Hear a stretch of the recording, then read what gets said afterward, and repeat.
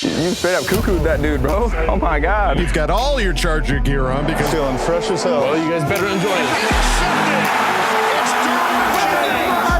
The fans loved it. You have to love what you're seeing on tape if you're a Chargers fan, especially for the future with Justin Herbert. On the move and throws and touchdown. Do this together. Players, coaches, staff, fans, together we can create something truly special. Stay tuned for some good content.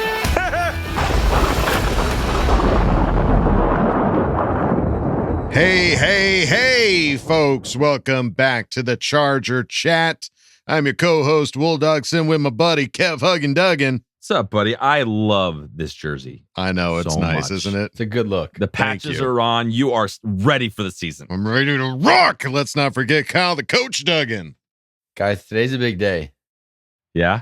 It is. It's Kevin's last year in his 30s. This is big 39th birthday for Kevin Duggan. I am just looking over the abyss that is 40 and the rest of my life. Just like, just don't look back. Don't look behind you because pull me back, guys. Somebody pull me back. Yeah. That's right, folks. It's Kev Huggin Duggan's birthday today. When this episode goes up, it's past. So don't wish him a happy birthday down in the comments. If I see one happy birthday down in the comments, how dare you? Oh, you're fired. All right, folks, we've got a big, hefty episode lined up for you, folks. We've got a Bolt Insight, a fan focus, a Bolt Beat, and an Ask Boltfam. How do we do it? I think we should mention who the Bolt Insight is, just in case somebody's like, man, that's too much. I don't know if I want to. The floor is yours, sir. Well, yeah, Shawne motherfucking Merriman, okay? Ooh. He's here. It's done. So just wait for that to happen. Before you turn us off. Yeah, wait. Before you turn those lights out. Yeah, don't turn these lights out until keep lights them out. On. Yeah. Cripes. We're here for you, you know. All right, gang, let's start it off up here at the top. We've had our first preseason game, not the Chargers, but the NFL in general has had their first preseason game. What a feeling. What a feeling. It's the Football Hall of Fame game, and in that Hall of Fame game, we finally saw it finally happened. Don Coryell getting inducted, rightfully so, into the Hall of Fame. Yes. So excited for that, dude. It has been just years and years of us being on this podcast, and this comes around this time of year. Like, why isn't he in? Why isn't he in? He changed the way football is played, and the league we're in right now is because of him. And now he's got a golden statue right where it belongs on that wall in the hall in Canton. No, it was a very emotional moment. Dan Fouts on inducting Don Coryell said, simply put, Eric Coryell changed the game on both sides of the ball. One cannot write the history of the National Football League without the contributions of Coach Coryell. Huge. I mean, obviously. It's like what player has, like, players are good. Like, there's a lot of really good players in the Hall of Fame, but they're one of a kind. You can't duplicate what they did. They don't change everything. Yeah. You know, like the offense that he decided to be bold enough to go out there and just be like, you know what, screw it. We're going to throw the ball downfield. And I just believe that good things are going to happen if we do it enough. Yeah. Like that takes a lot of nuts, and that's what the NFL is now. Mm-hmm. You know, like that's all that we do is throw the ball downfield. Everyone knows that big plays are how you win games. It's not run the ball 70 times a game and then you take a couple shots. We're going to take a bunch of shots and then run the ball a couple times. And I started with that Eric Coryell offense. So I don't know how this took so long. It blows my mind. It really does. Finally here. Yeah. That's all that matters. Sadly, we lost Don Coryell back in 2010, I believe. And so it was his daughter that came up to accept the jacket. And there was a really nice video that got posted of her seeing his bust in the actual Hall of Fame, like walking up. It was really an emotional, really sweet moment. But hey, he's there now. Congratulations to the Coryell family. Charger forever, the history. Forever in the Hall of Fame. Let's go, baby. Rightfully so. And then Eric Kendricks, there was a new article from Lindsey Theory on ESPN.com on why Eric Kendricks is critical to the Chargers' defensive ambitions. Definitely go check it out. Staley had this to say on Kendricks. There's some times where you just feel like you've known someone a lot longer than you have. And he's one of those players that I have never coached, but I felt like I knew his game. I think we knew that we were going to have a special thing and that the fit was right. As a linebacker, he's a very complete player. He can key diagnose, concept trigger, open field tackle, box tackler, passing game blitzer. He just brings a lot to the table. And that's what you need. That's what your linebacker has to be. Like, yeah, that's the whole point of a linebacker, is they have to be able to do everything. That's why it's a really, really difficult position. But it's like defensive line, it's like pin your ears back and go. DBs, you know that your primary job is to stop the pass. The linebackers have to do everything. And there's only one or two of them on the field at a time because it's such a difficult position to play. Mm-hmm. If you could have 7 linebackers and they could cover like a DB, like that's what you would want, because those guys can stop the run and get out in the pass. So it's just hard. It's a very difficult position to find because you have to be so big and strong to be able to defend the run and take on blocks and get off of lead blockers at the same time being able to drop into coverage without being a liability. Like Denzel Perryman was a liability in pass coverage, but he could thump in the box, you know, like, but that's not what help is that, because then you know that when they're going to go to throw, if he's on the field, that's a disadvantage. So they know that too. You have to have the guy that can do both. So, I mean, it's huge, and it's cool as a coach. You know, there's certain types. Like there's players that are certain types. The way that they work, the way that they play, the way that they communicate with other players. So it's cool to hear Coach Staley be able to fit him into that. Like, I know this guy, we're going to hit the ground running. It's not going to take a long time for us to figure things out. You seem to have a lot of admiration for the linebacker. What did you play in high school again? Yeah, I played linebacker. It sounds a little biased. Yeah. Honestly, besides the quarterback, linebacker's most important. Best play on the field. They're the meat of the sandwich on defense. The D linemen are the bread. Roast DBs beef. are some bread. Let's go. What kind of a sandwich that doesn't have any meat? Come on. This isn't a BLT, man. We're talking roast beef. Yeah. Hey, we're not on a diet, man. We need some big chunky roast beef. Full meat. We have the meats. Yeah, great point there, Kyle. Yeah, and sure, Derek Ansley, the defensive coordinator, said he takes command of the middle and has been a calm presence in there. It's been really good for us. And great. Derek Calm Ansley, is good. Calm is good. Defensive coordinator. That's right. Yeah, let's Derek not lose our heads yet. Yeah. Season hasn't even started. Yeah. Khalil Mack on Kendricks said, talk about knowledge and the experience of having him in the middle. You can already hear the voice and the power and inflection in his voice. Whenever he is calling the calls and putting people into position, it's going to be great. It's going to be fun playing with him. These are the important quotes. The guys that are veterans themselves that are reliant on him to get that information. Like to, hear Khalil say that about him is fantastic. Yeah, it's great. I mean, that's what it is. That the coach talks about playing connected. Like everyone playing connected. The same is true, like linebackers and defensive line. DBs play a part in stopping the run, but they should play a very minimal, like the box has already done their job and bounced it outside to the DBs. So they play a part in the run, but really it's the defensive line and the linebackers being connected. If Khalil Mack is talking, like when you, as a defensive lineman, you're not looking back to hear calls, right? Your eyes are, I need to read this guy so I know where to go. Mm-hmm. You're getting those confident calls, the checks with like a little bit of, I don't know, like a little bit of gusto to them. Like, this is what you're doing. Don't like do this. Cause I'll be there. You just have to get to the right spot.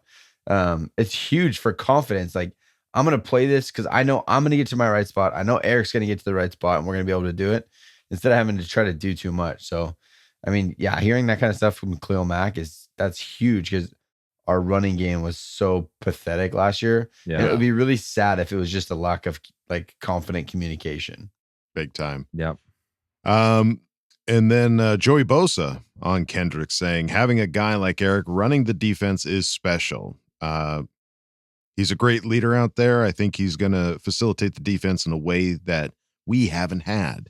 Shots fired. And I was just thinking is that shots fired or is that just uber confidence? Yeah. Sorry, I don't think Drewski. I don't think it was a potential shot. I think that's like a accidental in the friendly sights. Fire. Yeah. Oh, yeah. Sorry. He wasn't like thinking like, Drew Tranquill wasn't good at doing it, but that's what he said. Yeah. That's what he said. That's it's what out he said. there. That's what I love about Joey Bosa is he just says it sometimes, not thinking about what the ramifications of it would be. And the ramifications are, sorry, Drew, we apologize on Joey's behalf. Yeah, Joey. Well, he's the chief now, so he can suck it. Yeah, sucks suck at it. Suck it. Yeah. Joey had the gun lined up, and then Drew Tranquil was like, "Hey guys!" Like walked right into the front of the gun, and boom, got shot. Sorry, hey, listen, sorry, Drew. I had the gun; it was pointed. You walked Didn't right see in front you of there, it. and I didn't hear you either. You must not be a good communicator. Didn't hear you either. Wow. Apparently, Kevin had his gun out too, right next Sorry, to Joey. my misfire. Sorry. If Joey's shooting, Kevin's shooting. Oh, I'm coming We're all behind him shooting. with the gusto. Headshot. Yeah. Double kill. Running riot. All right. And then Eric Kendricks, his quote, the quote about him, saying, "I've been getting the calls out quick. We've been getting lined up and playing football. I haven't made really any big plays for me. Personally, I'm just doing my job. I'm trying to do it at a high level." Yeah, I remember hearing that quote in the interview. It was like they were trying to tell Eric how much the other players have talked about enjoying playing with him. Yeah. And he's like, I mean, I haven't really done anything great. That's the way he made it sound. It was like, I'm making the calls and getting people lined up, but I haven't really made any big plays. So I guess you guys have cool. been really lacking some guidance over here. You love me that much. You guys are really fired nice. up about. Wow. Why are you so fired up about my Rip and Liz calls, guys? You got a beautiful voice. Thank you. I appreciate it. I think it's interesting too, because I don't know if it was ever really solidified. Maybe it was. Maybe I'm forgetful that Eric Kendricks might be the guy with the green dot out there. I know that Drew Tranquil was that guy a couple times. Derwin James has been that guy a couple times. It was kind of all over the place last year. A few different people had it. Now it's like, all right, Eric Kendricks, he's got the dot. He's the veteran. He knows how to make these calls. He knows how to, like Kyle said, like just telling these guys what it is that they need to be looking out for. So I guess he's learning the playbook pretty well as well. Like that part's not becoming an issue either. Yeah. I mean, that's what everyone is like, oh, Staley's playbook is so hard. I don't know. Maybe not. Just got to read it top to bottom, left to right. Left to right.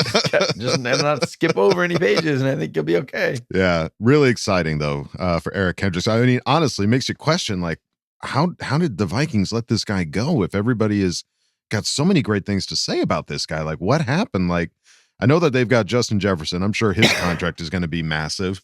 And Kirk Cousins a pretty penny as well. I saw a few people are talking, and it sounded like bitter. Like he's the best linebacker in the league. We would have kept him if he was better in coverage, is what I've seen a couple Vikings fans say. It sounds like Vikings fans that are pretty bummed that he's gone and like coming up with like the few times he got missed in coverage. But that makes seems sense. to be. It sounded like it was a money thing. That was a cap casualty. Just cap casualty. Yeah.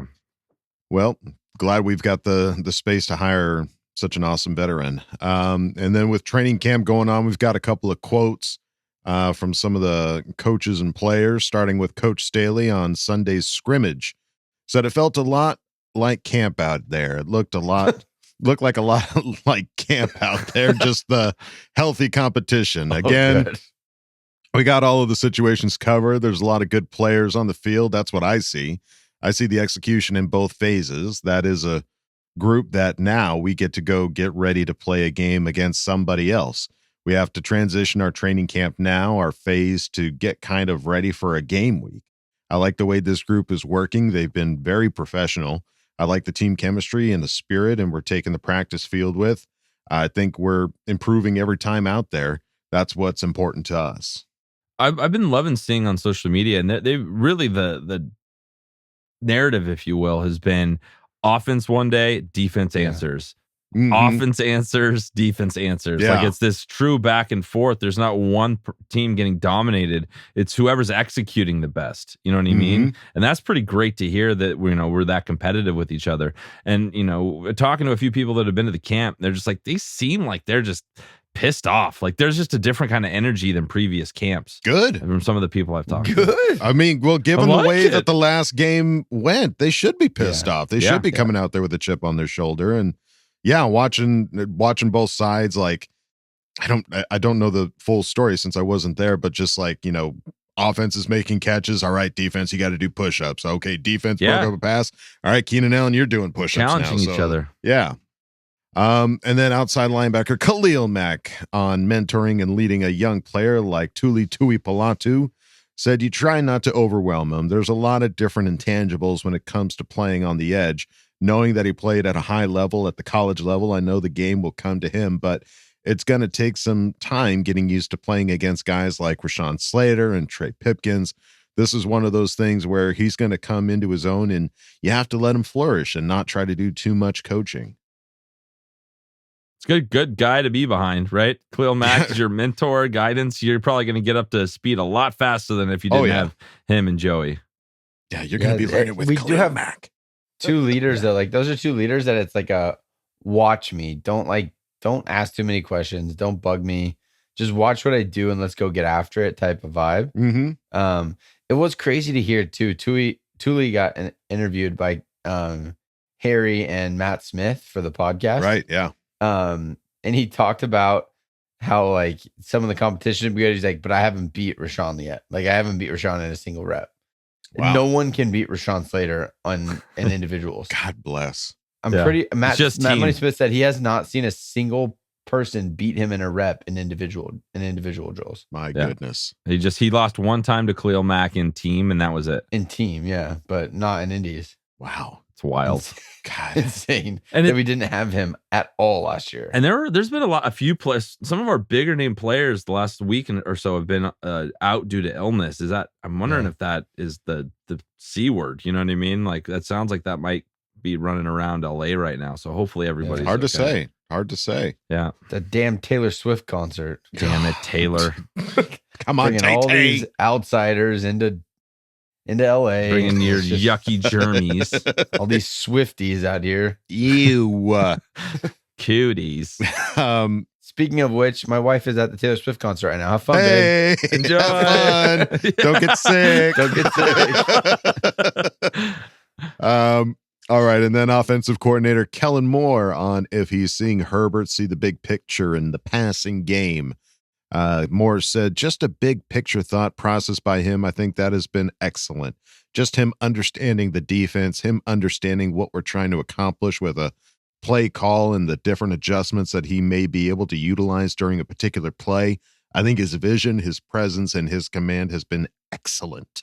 Anybody else just feel like it's a different Justin Herbert? Yeah. 100%. He seems so much more relaxed and like totally conversational with reporters and also with like after the play when they do the mic'd up, like Keenan had a mic'd up and it's like after the play, it's like, oh yeah, I saw that. We should have done this, that. Or like, hey, you beat that guy too hard. Like give it another second. I just feel like maybe they just didn't allow us to see that stuff. Mm-hmm. But it just seems like he's more comfortable to be able to like, I'm one of the guys now. I'm not just a little kid from Oregon trying to earn my spot. Like now I make $1 gajillion and I'm allowed to have a say. Yeah.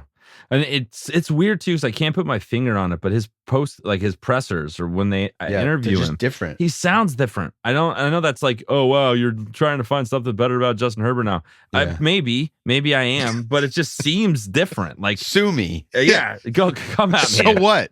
Yeah. So what? He just sounds different. I don't know how to put my finger on it. And it's exciting. Hopefully that was the last year, the full maturity. We experienced this crushing defeat, and you don't ever want to feel that again. And you're going to take the reins, and we're going to go do this. So that's what I'm hoping for. I'm hoping that the reason that he sounds different and feels different and all of these things that we're talking about is because of Kellen Moore. I hope that is the reason that now that you have an offensive coordinator that knows how to talk to this guy. Boise Homer. Listen, if they're doing commercials, they did commercials before Kellen Moore was even hired. So there was already some kind of like camaraderie between these two guys. They understood each other. They could talk to each other. They could be silly and let their hair down around each other. Now, hey, guess what? Kellen Moore's the offensive coordinator. Now you guys got to work together. It's not like Kellen Moore's his boss. It's like, hey, you're a quarterback. I'm a quarterback. Hey, man, you're a really good one too. So let's work together. Let's come up with some good plays. Let's have some fun out there. Let's do what we do best. So maybe he's having more fun. Maybe that's the thing. That could be it. I don't know. It's just a thought, just a theory. But we also had like 400 coaches apparently Chase Daniels was a coach. Yeah, Lombardi exactly. was a coach. Like everyone, he had like a million coaches to report to. Yeah. Now he's got Too one. many cooks in the kitchen. Now, Kellen Moore, Justin Herbert, let them cook. Yeah. And then finally, Austin Eckler on Justin Herbert said, in my opinion, this has to be Justin's biggest step as far as understanding the game. Me hearing him out there, he understands the protections now. He's seeing it. He's switching calls, not that he hasn't in the past, but now he's really on it right away. It's just that communication in the backfield that we used to have with Phillip, who was like 17 years in, that I'm starting to see with Herbert right now. Don't you dare, Austin Eckler. Goosebumps. Don't you name drop Phillip Rivers in reference to Justin Herbert. Came out you so can't naturally. do that to us. Yeah, it's too much. But he's always been, honestly, Austin's said very critical things. I think probably most critical of his quarterback of any of the players on the team. Because in interviews, he'll say stuff about Justin. He's still coming along. He's got a lot of work ahead of him. This is the first time where he's like, all right, let's go. I'm starting to see some I'm not veteran I'm not feeling qualities. like the senior here anymore. Yeah. He's a equal now in terms of understanding what we're doing. So yeah. when I heard this, I was like, it brought the old with the new, and it was nice.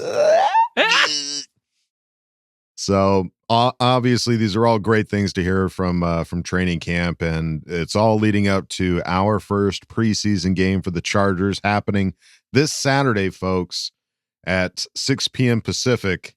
It's going down. Rams, Chargers, first preseason game. I can't believe from when we're talking right now, 5 days, we're going to see our Chargers on TV playing football. We're going to see a Charger wearing a jersey that says Duggan on the back of it.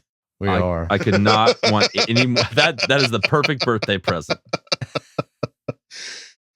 So exciting. Yeah, the game's going to be on NFL Network. Rams and the Chargers will both be resting their starting quarterbacks. So yeah, we'll definitely see some Max Duggan, Easton Stick action. I mean, even back in the day before the resting everyone was a thing, the first preseason game was like a rest everyone kind of game. No one played that one. It's just that's just the expectation, but I don't think anyone cares. No. You could put Kevin out there and I'll watch the game. I mean, I just want to see Charger uniforms and helmets on a football field. Big time. Really looking forward to that. And the Rams, I guess, are holding about 35 players out as a precaution. I don't know how many the Chargers are going to be holding out. It's probably going to be pretty up there too. You got Pop Warner team. You got to have players playing both ways. You know what I mean? Yeah. Yeah. And apparently the Chargers are favored by 3. Let's go. Take the over. If you're betting on a preseason game, away team, away team at SoFi. Yeah, but it is crazy. Like the makeup of the Rams, they have 14 draft picks this year. Jeez. So they have 14 brand new drafted players and 20 undrafted free agents. Woo! So that Super Bowl run where they went and picked up everybody that was available, those guys are all gone. Leonard Floyd's gone. Jalen Ramsey's gone. Yeah. I mean, this is very much so new team. We're going to put these guys out there and see what they got type of game. So, but at the same time, these guys are going to be, they're balling. Like they know that they're potentially playing for a starting spot. 100%. Like these guys are not out there like, oh, let me try to make the team.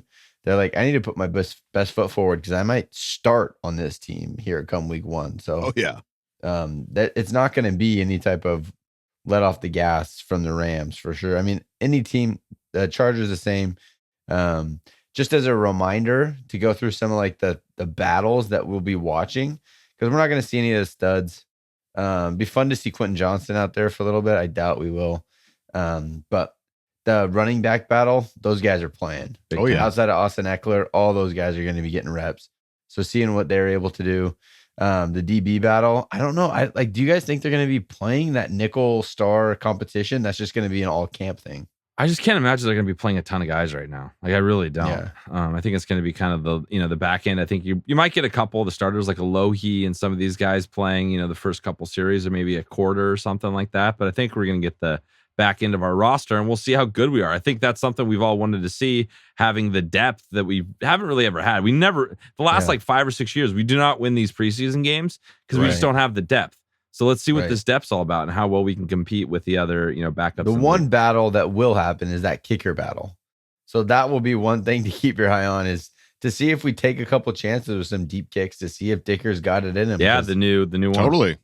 He just didn't have a whole lot of opportunities for those long distance field goals last year. So, and then obviously you have all of our whole draft class. They should be playing. Yeah. Outside of Quentin, Tooley's going to play. Yeah. Dion Henley, Darius Davis will be really fun to watch in preseason. Matlock. Oh, Matty. Scott Matlock. Oh, Jordan yeah. McFadden, I heard rumors was they had working at center, And left which tackle. would be huge. He's all over the place.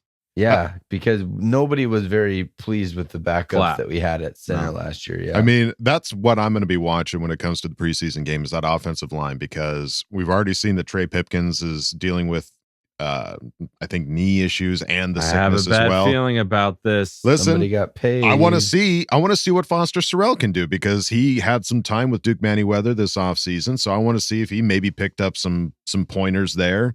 I'm curious to see who all lines up, if it's Brendan Hymas, if it's McFadden, if Salyer ends up out there for some reason. So that's the line or the players that I'm really going to be keeping an eye on, and the running back. I think those are going to be really fun to see And I for think this preseason game. So we're going to start doing our 2 episodes a week here pretty soon, leading out right as we get close to the season. This is when we would normally do our predictions for the what we think the game's going to be. Let's just knock one out real quick. Bolt predictions. What do you think? Oh, geez. Let's go. Kyle, you go first. Oh, geez. Okay, I'll just rip one off. All right. 24-17 Gonna Chargers. vomit. Do it. 24-17 Chargers. Darius Davis runs one back. Oh. Adam, you go. I'm gonna say 18-10. 18-10. A lot of field goals, huh? 18's the weirdest number. Yeah. A lot of field goals. And then what's your And then I'm gonna say Max Duggan gets a 2-point conversion. All right, I'll take it. I'm gonna go 28-7 Chargers, and I'm going Thule is getting 2 sacks. Nice. Nice. It's on. Sweet. Okay. It's a blow. Well, It's gonna be a impromptu- blowout. We're a better team all around than the Rams are right now. Their starters are gonna be draft picks this year, so we're gonna beat some ass. Well, we are a better podcast now that we've got new Patreon members to shout out. Let's go. We just got Bolt Gal as Welcome our to newest the Patreon party. subscriber. Woo! Thank you so much, Bolt Gal, for joining us. And if you want to check out our Patreon, patreon.com/Charger Chat, check out all the funny videos and exclusive interviews, folks. We've had a couple interviews now. We've got a couple more coming up. There's one coming up. I'm like, it's in the back of my mind, and I'm already panicking, and it's 2 days away. This is such a stressful time of my life right now. Let's just say it's a big name. We'll just say first ballot when it comes up. It's going to be a first ballot. So there's a lot of exclusive content coming on over at patreon.com/Charger Chat. So check it out. And if you don't want to go over there, that's fine. We're not the high pressure salesmen. You can go on over to chargerchat.com. Always be selling. Check out all the cool stuff we got over there. T-shirts, hoodies, and stickers. You can chat it up with our other Charger Chatteteers in the members section, and ask questions and Ask Boltfam.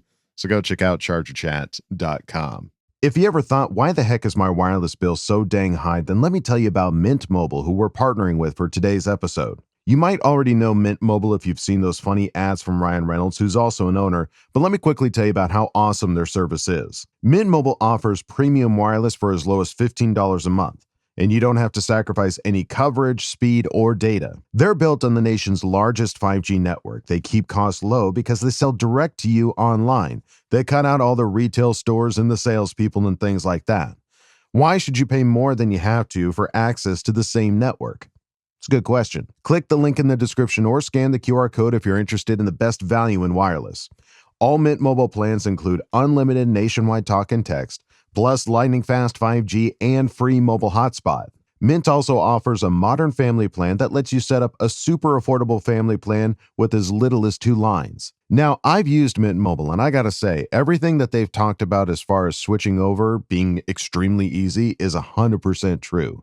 It was a super easy process, and then once I was switched over, I honestly didn't notice a difference in my performance. You know, all the apps that I typically used, like Twitter and YouTube and things like that, ran exactly the same as they normally did on my previous carrier. Like I said, switching to Mint is super easy. Thanks to their digital eSIM cards, you can sign up and activate immediately right on your phone from the comfort of your own home.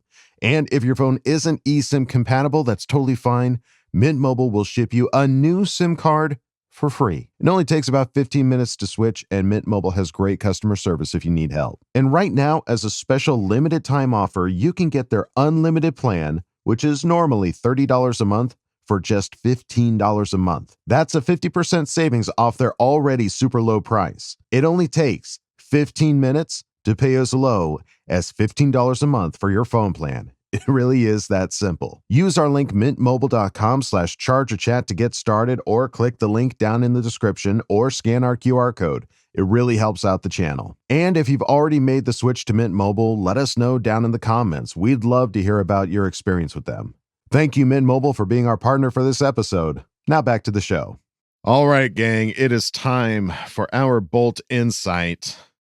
I hope you paid your electric bill, because it's about to be... You mean this? Uh-oh, forgive me. Just got dark in here. Lights out. I'm back. That was good. I had to lean too far. I didn't have quite the effect. No, that wasn't quite as smooth Not as you red. wanted it Sorry, to that be. wasn't the intro you deserved, Shawne Merriman. We got Shawne Merriman. Let's go to Shawne Merriman. As soon as that clock starts, your ass is mine. When I met Justin Herbert, man, that dude is big as hell. You know, the goal is to just keep it rolling. Come in hype, because we have a lot of things to be excited about. All right, guys, we are back with another Bolt Insight, and the man is back. Lights out. Shawne Merriman. What is going on, Shawne? What's up, my man? Just getting after it. That's about it. I love it, man. I love it. I love having you on, getting to chat Chargers and everything that's going on with you. So I want to kick this off because it's kind of an exciting year. A lot of excitement for this offense, man. Like the new offensive coordinator, the new toys, all the new stuff from the draft. But this defense, I want to get your opinion on this defense, because we're only going to be as good, in my opinion, as this defense will allow us to be to a certain extent. So, like, what are your thoughts on how this defense can go from like the basement of rankings as we were last year to where we need to be this year to compete? Number one thing, man, health. I mean, I know it sounds simple and cliche and all that, but the truth of the matter is, if they're healthy, they're going to be significantly better than they were last year. And I'm going to the game and I'm watching them, and I'm like, okay, Khalil Mack and Joey Bosa spent half the time on the field together at the same time. They were hurt interior. J.C. Jackson went down with his knee, and it was so many moving parts there, man. It's hard to get a good rhythm when you don't have your best guys on the field, And two, by the way, depth is going to be important, right? To give these guys a breather. If somebody do go down for a couple of games, that backup guy, that second guy has to be able to go in there and perform where it's not that big of a drop off. So I'm just looking at this team, man. They're so stacked, and I'm trying not to fall in like the media hype and all. I'm not trying to fall in that because of how stacked they are, and Derwin James and all. Just don't fall into the hype. Health is the number one thing, because those guys healthy, they're going to have a great year. Yeah, it's exciting. And who they added, this year, especially at the linebacker position with Eric Kendricks coming over from Minnesota, and then picking up a guy who I want to get your opinion on him, Deion Henley, a guy that doesn't have much experience as a linebacker, coming in and looking really great at camp so far. Like, what is it like, do you think, to have a guy like that on our team? Well, first off, Kendricks, man, when he got picked up, I'm close friends with him. I hit him up. I was like, oh, okay, I'll see you soon. LOL, right? And so I think people are not talking about that enough. And what a veteran like that does coming into an already stacked defense. And yeah, you're going to take a bit of a hit with Drew Tranquil. He had a really good year last year. Great locker room dude. People loved him. Great teammate. All that stuff. You'll take a hit by not having a guy like him around. But when you pick up Kendricks, man, somebody who can go out there and get things done, right? He instantly makes your defense better right away with him walking in the door, with his veteran leadership, and then his capabilities. This guy, he's a problem, right? He's always around the football. What he did for the Vikings for so long, man, is the reason why they had that success they did on the defense side of the ball. Now, you asked about Henley, right? Yeah, Deion. Yeah, so I think Henley, he looks good, and no doubt about that. He looked good early on. I just like to see, especially when the pads come on, how guys' bodies start doing, this next week, 2 weeks, their drop off. Can guys battle through? the camp side of things, because it's grueling. It really is. I'm not gonna lie to you. Camp, even though it's much different than it was when I played, it's still grueling on your body and then mentally, because you're doing the same thing, repetition every single day, and you gotta, kind of stay in it, not fall into a bad practice that you had yesterday. So you want to see these guys overcome those things before you really kind of put a stamp on them. I'm just, with this defense, this team in general, I'm just trying my best not to fall into the media hype. I know how that works. Yeah, it's going to come down. Can guys go out and get it done? Yeah, for sure. And it's a really good point with the, Joey and Khalil and some of the injuries that they were facing last year, not being on the field at the same time. What do you think having a full season with those guys, like getting used to each other and, what they can do against these quarterbacks? Look, to be honest, when they're on the field at the same time, the defense is completely different. Because at that point in time, you got a two-headed monster go out there and take over a game. Any one of those guys can go out there and take over a game. But also what that does is it frees up a lot of the interior, and then Derwin, you start going out there getting creative. When you have your best guys on the field, you can get very creative. And when you don't, you got to just go out and do what you need to do in order to surpass and get by. That's what they were doing later on in the season when Khalil and Joey went on the field. J.C. Jackson went down. A couple guys got hurt in the interior, and they just had to battle through it and get by, right? Hope that the offense can put up 30 plus points a game so they can go out and win. And like I said, man, once they're healthy, that I just keep saying that because that's everything is going to come down this year for the Chargers on the health. If those guys is healthy, this is the year for them to go out and get it done. And I'm curious your opinion. You had a lot of training camps, and the CBA with the pads and how many padded practices you can have. What are your thoughts on what that does for a player, getting them ready, maybe not having the pads on and hitting as much and getting used to that? Like, what are your thoughts on what that's done to players now and what that CBA has done? Well, I think it's smart, man, to be honest. I think that back in the day when I played, it was different. The physicality of football, they were running the ball 25 plus times a game. You had to be physical. And that was a style of play. And now I think everybody's understanding that guys can get ready without you having to go and beat their bodies up. And just the game has evolved enough where people know how to go out and get things done without having to lay your body on the line every single day, every single play. Go out and get mental reps, play fast without some freakish injury or some freakish thing happen. You see all these injuries happen the first week or two of training camp. Guys going down for the year, it sucks. And you can't get away from the non-contact ones. Those are going to happen sometime of just turning and twisting and being in a football shape again. But the other ones where, guys are just full on going out there and banging. You don't need that anymore. You just don't. The game is different. It's about being fast, taking mental reps, mental notes, and going out there and being able to know what you're supposed to do and execute. These guys in the NFL, man, you don't have to throw their bodies around anymore. I promise you. They are physical. They're ready to go. And if you don't know how to tackle and do these things in the NFL by now, you're probably doing the wrong thing. Yeah, you're in some trouble if you need to do that more. And then the recent news with Justin Herbert, it's kind of crazy, man. Like going from Phil and then having Justin, and like how lucky we are to be in this position. What are your thoughts on him getting the big new contract and kind of what this legacy is kind of becoming for these franchise quarterbacks for the Chargers? I've seen a lot of people say he's deserving of it, and this was internally. And whenever guys say that internally, that means that they know something that the public and we don't see, right? The public, I think, sees the physical attributes of what he can do: big arm, athletic, all the great qualities he has as a football player. When guys come out and they say he deserved it, it's well deserved. It couldn't happen for a better guy, because I saw a lot of that from the teammates. That means they really back this dude. They believe in him. They believe him as a leader, as a quarterback, as a guy in the locker room. They can follow him and know and trust that he's going to go out and get things done. So I was looking at all those quotes more so than he's going to make some big plays, right? He just Kellen Moore being there. It's going to be a fantastic year. But I think the biggest thing is when you see guys say that he deserves it, it speaks volumes to really who he is. Yeah, that's awesome. And, with Phil, it's kind of cool going from Phil to Justin. And there's a photo that came up on Twitter recently, and it's you and him in college, and you're face to face. What was that conversation? What was going on with you and Phil back before you were teammates? Well, yeah, I hated Phil, man, in college. I hated him. I hated him to death. Yeah, because you know what? Just like everyone else, before they realized who he was as a person, you just saw him talking. And I was like, I'm gonna get that dude. I'm gonna get him. I'm gonna get him. I'm gonna get him. And I hit him in back of the end zone, and he grabbed my leg as I was getting up, pushing off his chest, and he turned around and got face to face with me, ready to throw down. And I said, "Oh, you know what?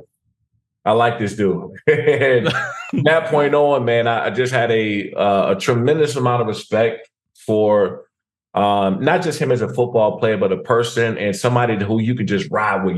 Got your back, just going to go down in the blaze of glory. He will fight tooth and nail all the way down to that he doesn't have any more left. And so that picture was iconic for a couple things, because that was his last game against us in college that he never beat, by the way, never beat us in college.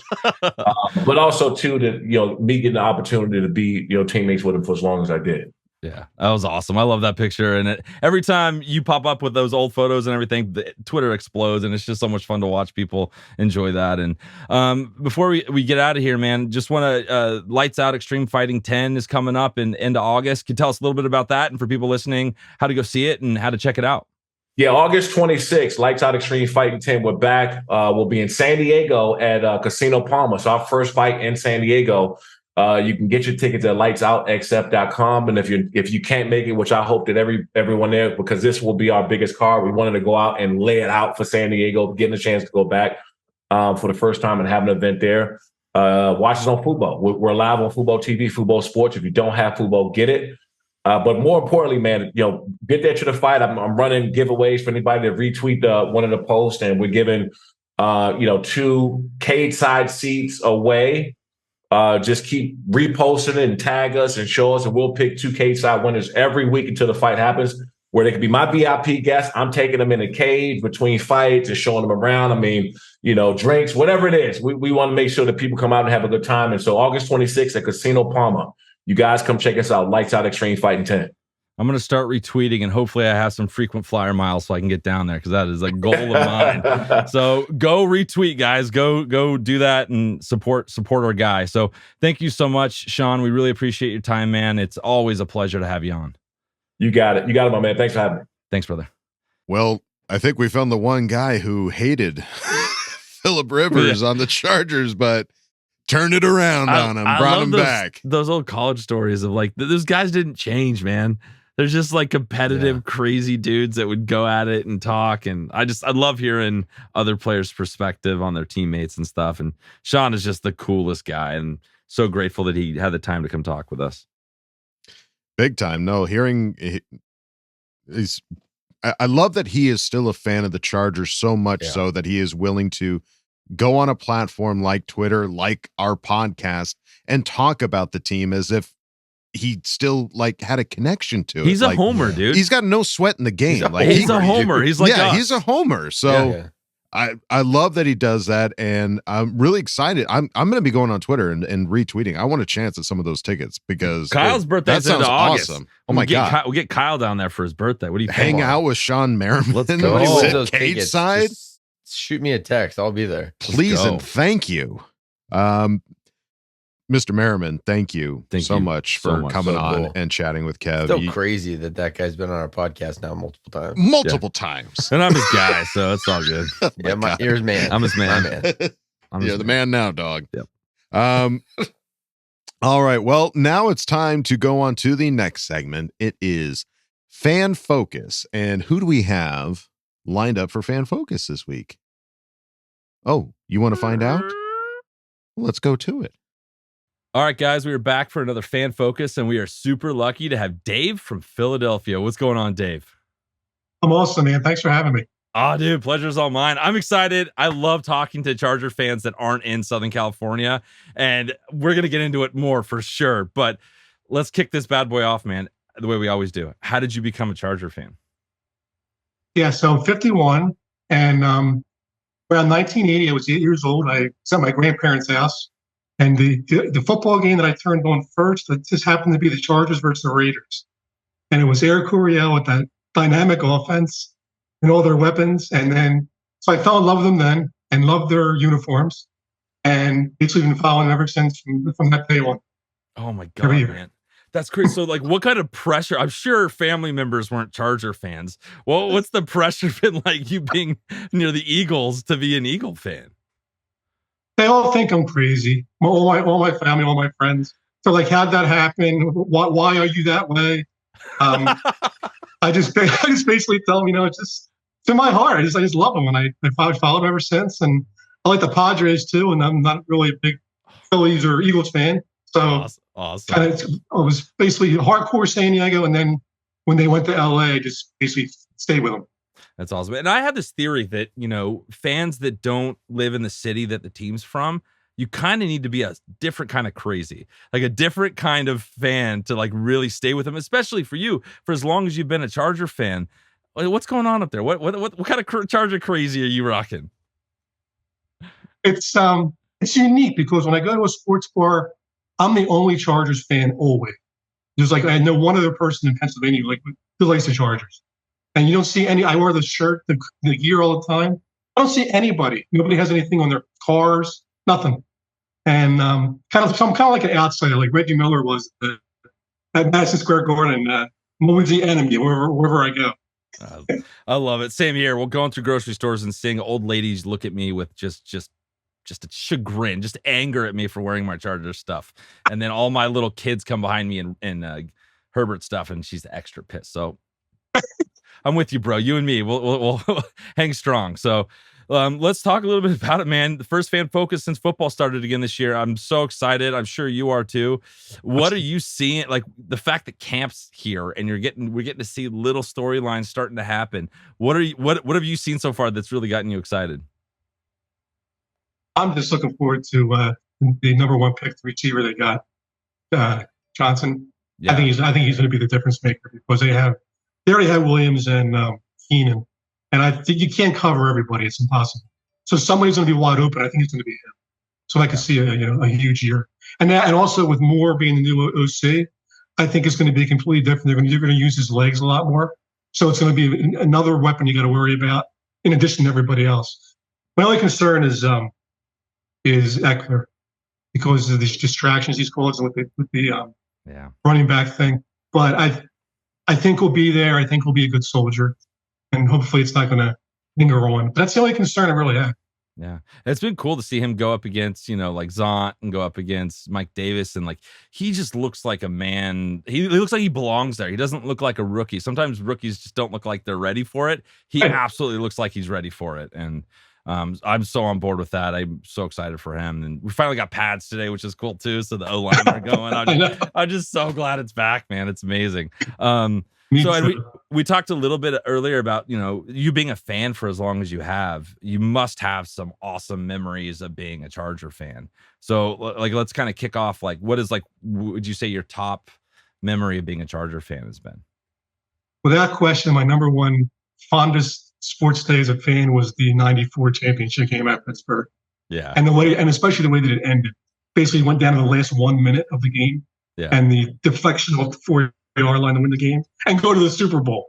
It was just it was a perfect day. Perfect storm. I vividly remember seeing my dad freak out. I remember looking at him and sitting on the couch and Dad, did we do it? And he just, I've never seen my dad like that before. It was pretty awesome. It was great. Let's hopefully we can get another one of those here soon, huh? Let's I hope it's this year. I'm open. We're set up for it, man. People are always going to be doubting us because we haven't done it yet, but 1 year it's going to happen and might as well be this year. I agree. And you have, you got the yin to the yang, right? So what would you say is one of the harder moments for you as a Charger fan? Hardest one was probably the 2009 season when we lost to the Jets at 13-3. We had the bye and the home game. And then Katie, I think, missed 3 field goals under 40. Yeah. And I felt like crying. I really thought that was going to be our Super Bowl year. Yeah. I was never more devastated than that. Yeah. Than ever. That was Rivers' best offensive line. That was all that stuff was just meant to be. And then the kicker, man, it's such an important position. But I vividly remember Kading. He was clutch all season long. And then he gets to the big game. And it's just like, dude, where'd you go? What happened? I know. And the worst part was losing to Mark Sanchez. No, when I can handle losing to Brady because he beats everybody. But Mark Sanchez, that's inexcusable. Yeah, and Rex Ryan, get out of here. Exactly. Get out of here. So then you've been around, you've seen, all the coaches we've had. A lot of us are still excited about Staley. I think there's a lot to gain from that. Who would you say out of your tenure as being a fan is your favorite coach? Definitely Bobby Ross. He was the only one to get us to a Super Bowl. Super Bowl, right? It doesn't even need to be the best coach, but he got us to the show. He was also consistent. He basically made the playoffs virtually every year he was here. Yeah. So even though we didn't really go anywhere, I mean, we may have won a round. At least he got us there, which is a lot more than I can say for our coaches before Staley. That's for sure. No, the last couple. Yeah, McCoy and those guys that did not work out so well. So but I'm excited about Staley. So hopefully he can get us there and win us one. I want to get there, but I want to win one. Let's do both of those things. And you've been doing something really cool. You've been going to see Charger games, away games for a while now, right? So tell us a little bit about your experiences going to stadiums and what you're trying to do this year. Trying to go to a different city, a different warm climate if possible every season. And so this is going to be my 10th different stadium. This year I'm going to week 3 Minnesota in the Dome. Oh, I was like, not the warmest of cities, no. But at least you're in a dome. Well, it's late September, so it should be okay. Yeah. Yeah, but I've been to, so it'll be my 10th. I've been to, obviously, San Diego, Philly, Baltimore, Jacksonville, KC, Buffalo, Houston last year. That was wild. Cool. And that's pretty much it. That's awesome. And we got to hook you up with the brisket broads because I know they're going to all the games this year. So you guys got to meet up at the Vikings game for sure. Definitely. So, all right, man. Well, dude, it was an absolute pleasure having you, Dave. And thanks for being a hardcore Charger fan out in Philadelphia and, representing us out there, man. We really appreciate it. Thanks for having me. Hopefully we win the Super Bowl and come back when the year's over. We're going to run it back. If we win the Super Bowl, we're going to run it back on all the fan focuses. We're just going to do a huge fan focus episode. Everyone gets to come back. Count me in. I'll be the first in line. Let's do it. We'll start scheduling it. I feel confident. This is good. So, all right, brother. Awesome. Thank you so much again, Dave, and we'll talk to you soon, man. Thank you, and say hi to the guys for me. Will do. Thanks again. Take care. Say bye. Bye. Well, hey to you, Dave. Thanks for coming on and chatting with Kev, man. And what was the thing he said? His family was like, why are you like that? Why are you the way that you are? Yeah, I love that so much. Just going so hard against the grain, man. He's just found his team and he's surrounded by, of all Eagles the cities fans too. Harsh. Yeah, so Eagles fans are harsh. Dude, the Phillies fans, we went to the NLCS against the Phillies last year. That was disgusting. The amount of hatred and intensity that those fans have. Yeah. So we're proud of you, Dave. From Philly and being rooting for another team. So we're proud of you. Good on you, Dave. That's intense. Yeah, glad Dave's on our team. Man. Yeah, seriously. Well, dude, those were all great stories, man. And yeah, we'll run it back if we can go the full way. When it happens. Yeah. Yes. So, Dave, again, thank you for coming on and chatting with my man Kev. And now it's time to go on to the next segment. We haven't seen this guy in a hot minute. It's time for Jason Reed over at the Bolt Beat. Love it when a plane comes together. Welcome back to another edition of the Bolt Beat. As always, I'm your host, the acting editor over at boltbeat.com, Jason Reed. You can check us out on Twitter at BB_Chargers. At the site itself, boltbeat.com, or my personal Twitter at EatYourReedies. And I advise following at least one of those outlets because things are heating up. Football is back, baby. It's been a minute since I've talked on this podcast. You can kind of tell I'm out of talking shape. I'm already losing my breath. But, we were in the dog days of summer. It was dry as dry could be. Nothing was going on. This is what we call the evergreen month, the month of July. Just a bunch of evergreen content, nothing new. Training camp starts. Boom, information rolls in. Obviously, there's a lot of stuff that the Charger Chat guys have already had you covered over the last few weeks. The Justin Herbert extension, the start of training camp, few and far between. Everything, the Charger Chat guys talk about. I just love being able to add on top of that. And I wanted to share my input on training camp itself. So recording this, a little peek behind the curtain on Monday, the day after the inter-squad scrimmage between, the offense and the defense, first team, second team, all that fun stuff. And the big takeaway from that scrimmage was defense. It was Brandon Staley's defense versus Kellen Moore's offense, and Brandon Staley's defense won that battle. Now, this is where it gets interesting with training camp, and this is where we have kind of a nuanced conversation to have about the nature of training camp, is because we could look at it one of two ways. It could be, oh my goodness, let's look at Brandon Staley's defense. It's amazing. It's going to do this. It's going to do that. Other teams can't score against us. And then the other side of it is, why was the offense struggling? I thought this was supposed to be Kellen Moore's brand new high-powered offense, and it struggled. There's a give and a take with this. There's obviously going to be a better side of the ball each day. We've been seeing the team do these red zone drills, these drives, all this stuff, and it seems like a better side of the ball gets, the better half of it each and every day. But it's a little reminder about training camp that I think all of us should remember and keep in mind, is that every single NFL team is going to look good in practice on one side of the ball, whether it be a good defensive day, a good offensive day, a good special teams day. These are professional athletes. They're the best athletes in the world, quite frankly, in my opinion, NFL athletes. And when they're practicing and they know what's going on, like, it's always going to look good. It's always going to look good for someone, because either the defense is excelling or the offense is excelling. So I think we should refrain from taking drastic conclusions from stuff like camp in the grand scheme of things. Does the defense look awesome? Yes. Am I excited for the defense? Yes. Does this mean that the defense is am I trying to say that the defense is going to be bad, that we shouldn't believe this? No, not at all.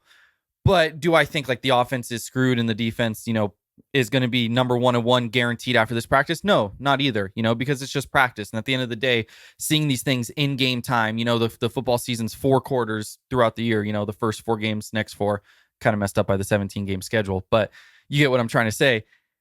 One practice, one group of practices, a few weeks of practices isn't going to determine the identity of a team. Now, I think there's a lot of value in the individual level of training camp. I think that's where we get the most value. The position battles, the guys standing out, the Kenneth Murrays who are standing out, the John Hightowers who are standing out, even someone like JT Woods who is standing out, the battles between Asante Samuel Jr. and Jasir Taylor, the battle for the backup running back spot, how many snaps will Trey McKitty get, who's going to be the backup swing tackle, all that stuff matters. But when we see the Chargers scrimmage against themselves, I don't think that'll tell us exactly who they will be.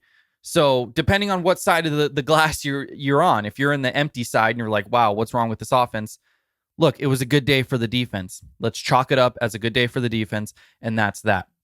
If you're on the other side where, wow, the defense is amazing, this is going to be the best ever. Like, hey, this defense is really good. It's really talented, and it should be really good, especially after what we saw the second half of last season.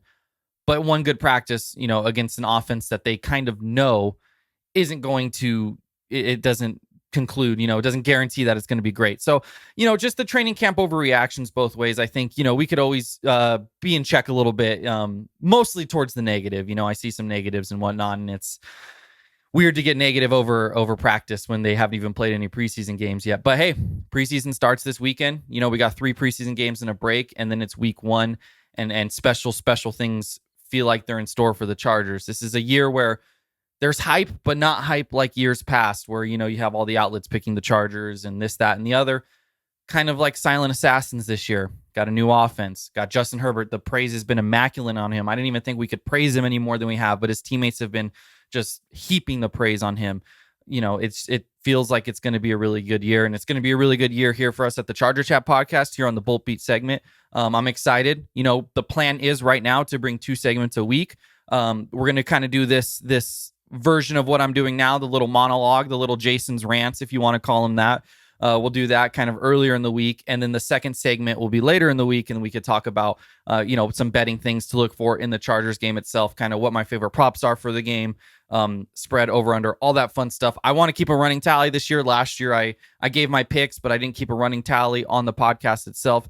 We're going to keep a running tally this year, and I think I might sprinkle in one extra random NFL game. Like, hey, here's my game of the week. You can call it the game of the week, and hopefully I can win some people some money. Don't necessarily follow me totally, but I'm pretty confident in my picks. But it's an exciting 2023 season for the Chargers. It's an exciting season here for us at the Charger Chat podcast here at Bolt Beat. Make sure you follow our work throughout the season, game days, day after the games, throughout the week. We're here for all your updates, all your news, all your analysis. And I want to have more fun and inclusion on social media as well. I mean, if anyone follows the Bolt Beat Twitter, that, we kind of have a decent base. We interact. Sometimes we get in friendly Charger debates and whatnot. But want to be a little bit more interactive with that. Maybe some Twitter Spaces, maybe a Discord channel. That's something that's potentially in the works with the big bosses. I can't disclose too much, but something to kind of break the gap between us and the fans, because we're all just fans at the end of the day. You know what I mean? So it's an exciting year. Training camp. I'm very excited what I'm seeing at an individual level, but don't want to overreact too much about one inter-squad practice. But if they beat up on the Saints when they do that inter-squad practice, that's when we can really overreact. That's when it's not an overreaction. That's all I got for you guys this week. As training camp goes farther and farther along, preseason games, there will be a little bit more meat to chew off the bone for these segments, but I'm just excited to get back in the saddle, talk Chargers football with y'all. Until next week, let's get back to the Charger Chat, guys. Well, good to know that it was the defense. I haven't heard anything about the scrimmage game, so good to know that the defense is actually stepping up, and they needed to get better. And so to see them go up against an offense that has a Justin Herbert that's being slathered in praise right now, and defense is able to come up and produce against that kind of an offense. Granted, it's a scrimmage game. That's good news to me. I'm hearing nothing but good news in all of that, Mr. Reed. Well, especially like you hear a little bit more about what Kenneth Murray's doing and how he's looking really good. It's his best camp so far. Great. So if he can be great, that's really good. Hey, I'm ready. I'm here for it. I love it. Mr. Reed, thank you for another awesome Bolt beat. And now it's time to go on to the fattest section of them all. With the fattest co-host of this podcast. Shut up. It's time for Ask Boltfam, baby. Oh, give me them buttered biscuits.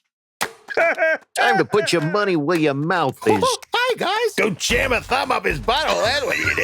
I wet myself in excitement. Oh, so hungry. Your thoughts are like totally appreciated. Catch you later, dude. Okay, love you, boy. That's right, folks. Time for Ask Boltfam, and we start off at the top with Swiper Visuals, who asks the question. Hey, all. I'm missing Chargers football and trying to rewatch some Chargers games.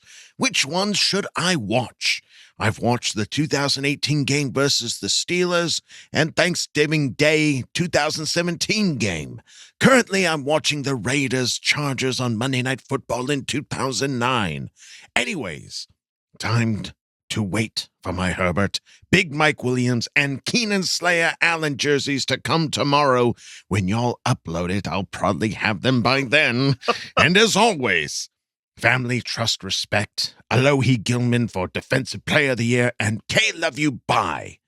P.S. Here's a little preview of my game day edit for week 1 of the Chargers-Rams I made.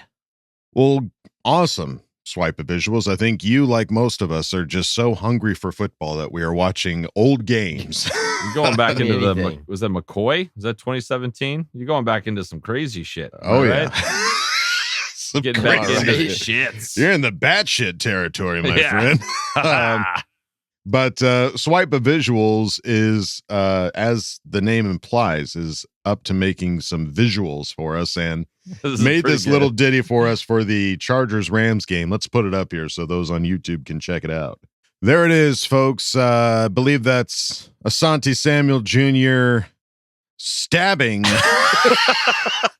a ram. We're not for animal cruelty on this podcast, but I like this. Okay, yes. I'm into this right now. No rams were harmed in the making of this. Cook it and eat it, and it'll be fine. Right. Yeah. We'll say a silent prayer, and all is well. Circle Decapitate it, wear it as a hat. The whole deal. Yeah. The whole deal. Use every part of the animal. Yeah, this is beautiful. Keep them coming. The next graphic is instead of a helmet, Asante's wearing a ram horn on top of his head. I have an idea for you. Swipe of visuals. Every time we win, you take the beheaded graphic of whatever you made the week before and make a giant necklace that whoever's wearing on the next one. Let's go dark this season. Okay. Wow. Let's go for it. That's quite the gauntlet you're throwing down. I'm throwing some variables at this, but good work. You inspired me to think of blood and violence. So I'm ready for this game. Kevin just got real excited. I did. A little too excited. It's spooky season. I've watched maybe a couple too many horror movies. I'm ready to go. All right. And then in regards to the question, as far as previous games to check out and watch, what comes to your mind? I always like watching the more recent stuff. I've been watching the Dolphins game from last year a lot. Yeah. Because that was such a fun, like, complete game that we played. Heck yeah. But just the last couple of years, I mean, the Browns game in 2020, was it 2021? 2021. That was the game that I was going to recommend. Oh, God, that was so good. And then the Steelers in 2020, also 2021, I think, when he got punched in the gut. Yeah. I think that was 2021. Yeah. Yeah. Also a really, really good one. I really like the first time that Coach Staley and Justin beat Mahomes in Kansas City. I was at that game. That is a really fun one to watch because it came down to the very end. They were like throwing, Mahomes was trying to throw bombs to score and couldn't. We held him like that. Watch that because hopefully that's how we contain them this year. Just let Justin had a great game and Staley came out firing that game and was just, going for it on fourth down over and over and over. Like that one just gets me fired up. A lot of good games. Last year's home opener against the Raiders too was good because we were healthy. You got Khalil Mack and Joey Bosa going after Carr. That was like I think it was like 5 sacks, 3 interceptions, and Chargers won it. Partridge in a pear tree. Oh God, taking down Derek Carr. Yeah. Love to see it. So there's some games there for you. Swipe of visuals. Thank you for asking the question. Let's move it on now to Mr. Peck-R. Yeah. Who asked the question? I'm headed to training camp on Monday the 14th and then the 18th. Never been, always wanted to go. I need some pointers, tips, and any suggestion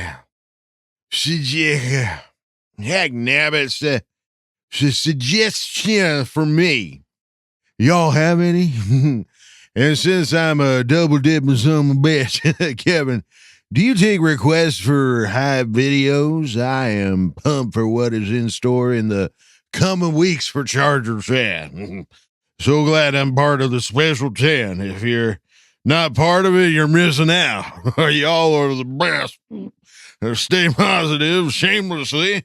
BTFU, family, just respect. Love you, bye. What? He gave you quite the request. We gave me the drunken Western village idiot.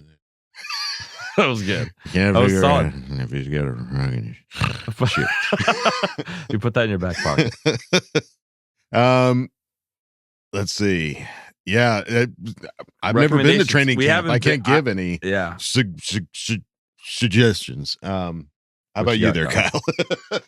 Yeah, I guess like I don't know. It depends on what you want your training camp experience to be. Like if you're looking for signatures and stuff, you got to get there at the crack of dawn earlier than you think. Yeah, and earlier than you think to get in line out in front. Because it's almost like if you're late, you're late. If you're 10 minutes like late, then you're late, and it's just you're not gonna get a spot. And then like I've never even tried. I take my kids because they have fun. Like they have a lot of activities for kids to do, like running around dummies and tackling stuff and throwing footballs at targets. And so the kids love doing that. But the one thing that I will say is when you go and you're walking around, like if you're just walking around, there's Charger staff that just kind of walks around and they have like a special VIP tent. And last time we went, somebody was like, "Hey, you guys want to go to VIP?" Like we're like, yeah. And they were like, "How many people you got?" And we're like, "Oh, we got a lot. We got like 8 and like 4 kids." And they're like, "All right, I think I can make that happen. Get all of your group right here in the next 5 minutes." So like, wear a lot of Charger stuff and be very like on the prowl for people that are dressed up like opportunist. Yeah, be ready. Head on a swivel. Because that was the only way that we got stuff signed. Because when you go into the VIP section, then there's not just people waiting in line at the gate. Then we were able to walk up, and Paxton, I put him on my shoulders, and he was able to attract. That's my sympathy signatures. My 6-year-old son. He was able to attract some of the players to come and give him some signatures. Nice. So yeah, that as well. If you have young children, bring them because they're more likely to get signatures than you. And if you don't, steal one. Yeah.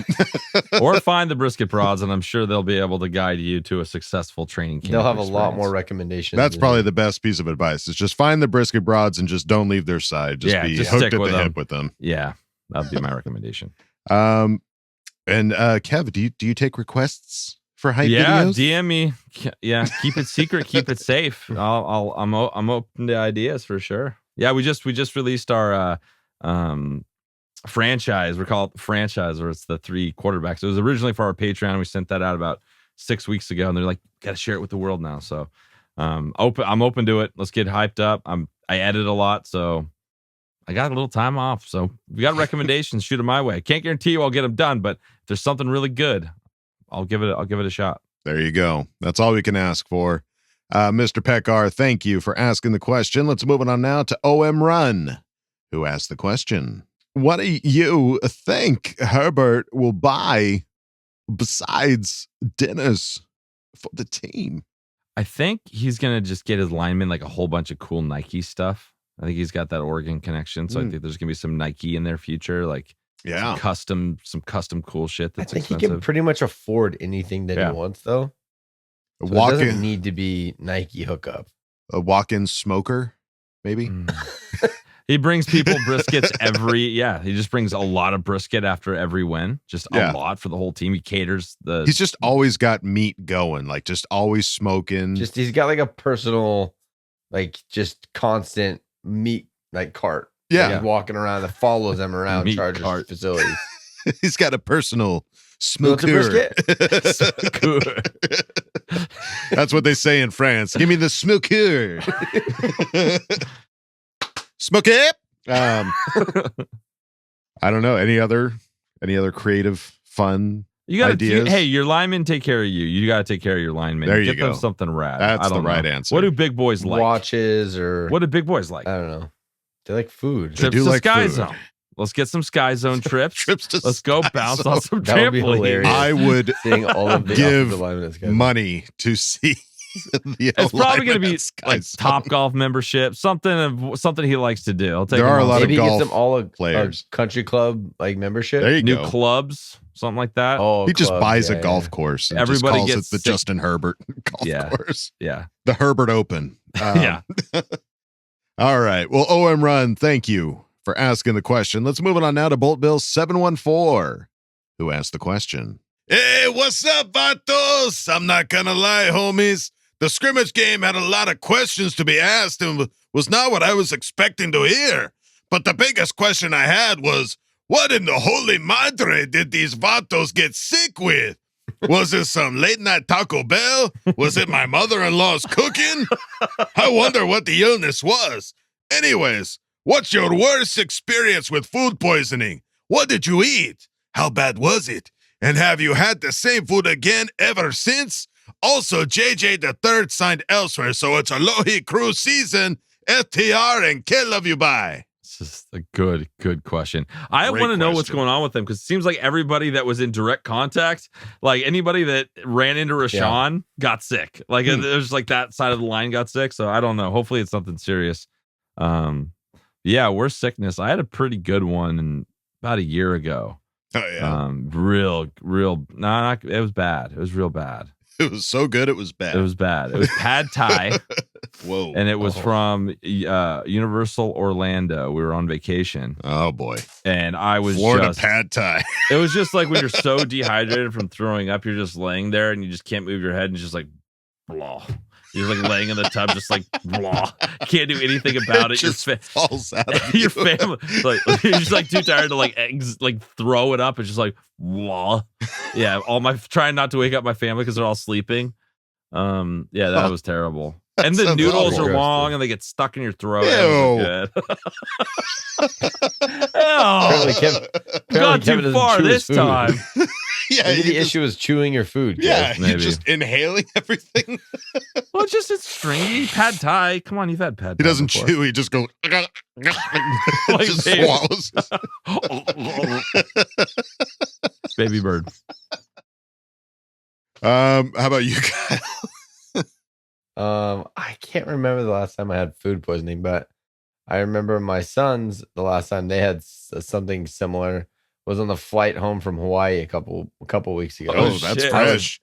I was holding a full giant trash bag in front of my son for the full 5 hour no. flight. Oh no. He had nothing left in his stomach either. There was nothing there, so it was just dry heaving for 5 hours. Oh man. Absolutely, man. And you're that guy on the plane, everyone's like, what are you doing here? Where's that coming from? Kid. I'm like, I don't even care. I'm getting home.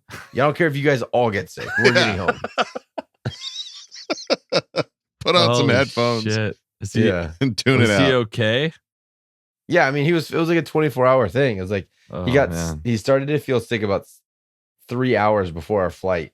He ended up throwing up over like in Hawaii, you have to like walk out onto the, like basically walk all the way to the plane outside and then up a little ramp. Uh-huh. And he threw up over the ramp. They almost didn't let us on the plane. This is a sign of things to come. Yeah. And then the flight attendants knew that the doggy bag wasn't going to cut it. So they just brought me a full trash bag for the whole flight. Wow. It was disgusting. Dang. Poor guy. Well, I haven't had food poisoning in a long time, but when I did have it, I was working retail. This is so gross. This is a great question. No, I was working retail and I was working like the overnight, like the late night shift. So it was like, midnight to 8 a.m. type shift. And I don't know what it was that caused it. The only thing I could think of was like some frozen cheese sticks. And I had those prior to going in. And God bless, that was like the worst shift. Like I kept trying to like power through it, but I kept having to go to the bathroom. And at a certain point, I was just like, I gotta go, man. I'm spending more time in the bathroom than like working, restocking shelves. And they were like, yeah, go. Oh man. I just remember driving home and I'm like, oh, gotta throw up. Let me pull over on the side of the road at 4 a.m. Oh my God. Close the door. All right, back at it. Yeah. So holy shit. Yeah.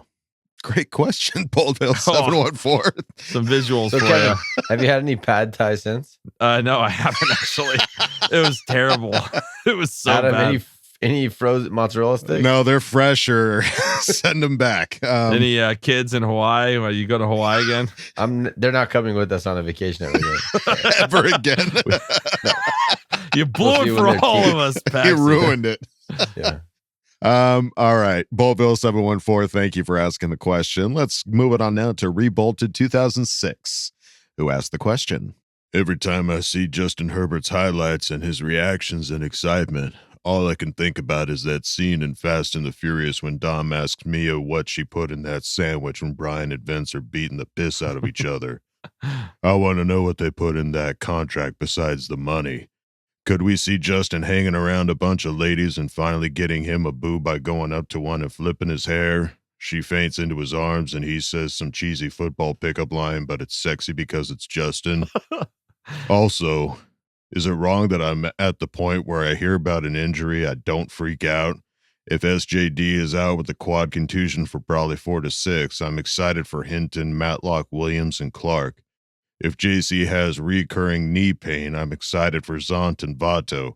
If Pipkins is out, I'm good with switching Jamari over and calling up McFadden or Hymas at guard, or even starting the new Duke Merriweather Sorrell product or Bailey at right tackle.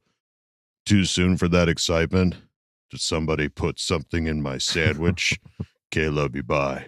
See, that's shamelessly positive right there. Always. Keep I that love energy. That. Keep that. Don't let anybody talk you off that. No. Never lose that. Love that. Also, the Joseph Day injury, that's kind of a joke. Contusion sounds fancy. You guys want to hear the actual medical definition of a contusion? Is it a region bruise? of injured tissue or skin in which blood capillaries have been ruptured, or a bruise. A bruise. A big boy literally bruise. Contusion, aka bruise. He'll be So yeah, I think be back SJD quick. is going to be just fine. Yeah. He'll be back. But He's I a like the big attitude of, oh, he's down. Okay, cool. We got a bunch of other we got a bunch of depth. Cool. that's Let's gonna see what step up everybody with else this can season. do. Yeah. I'm for all that for sure. Like the fact that we have this much depth right now is pretty exciting. And these are guys like Hinton, Matlock, Williams, Clark. These are all guys that are going to be playing this weekend. Mhm. So you get to see what we have there, what we're all about. If a guy goes down, because it's just inevitably going to happen. Hopefully they're short downs, but when that does happen, we got guys that can step up and we don't miss a beat. Mm-hmm. Absolutely. And I think Justin Herbert has a girl, and I think it's just so secretive that we don't ever hear about it. I thought he did. I thought he had somebody. Maybe that's why he's like, yeah, I can't be on quarterbacks, dude. Maybe season 2. Maybe that's where this new energy is coming from. You know what I mean?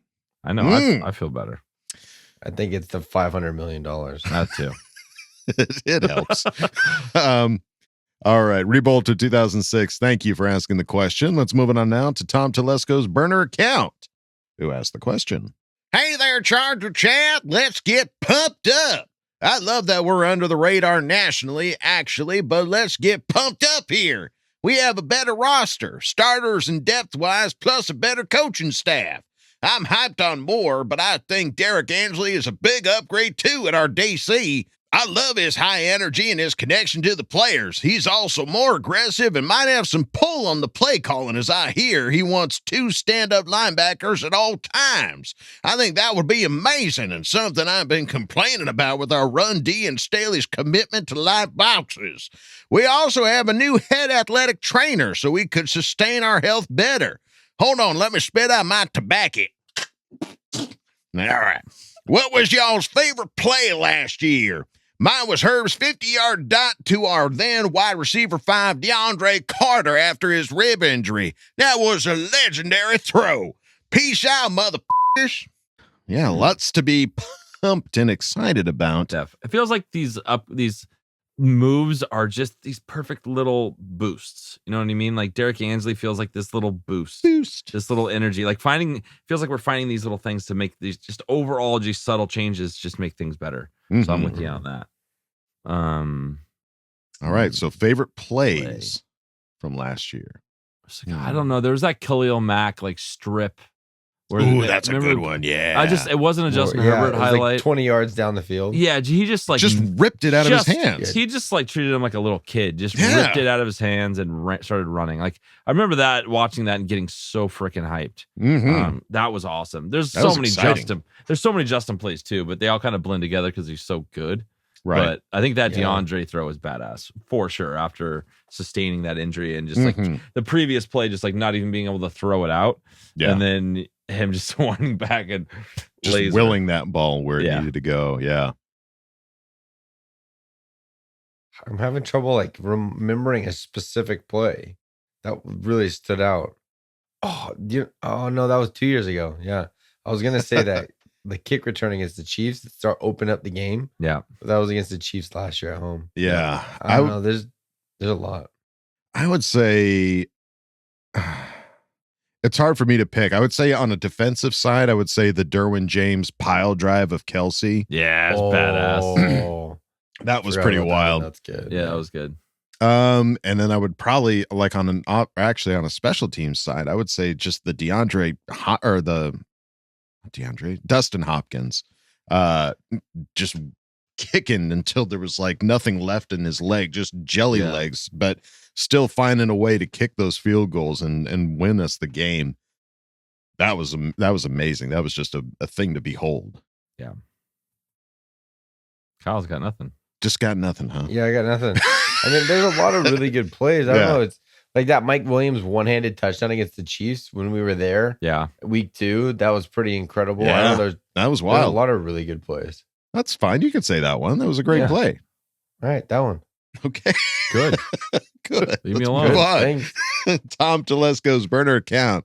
Thank you for asking the question. Let's move it on now to SRP Dad, who asked the question. What are your guys' offense and defensive hot takes for the season?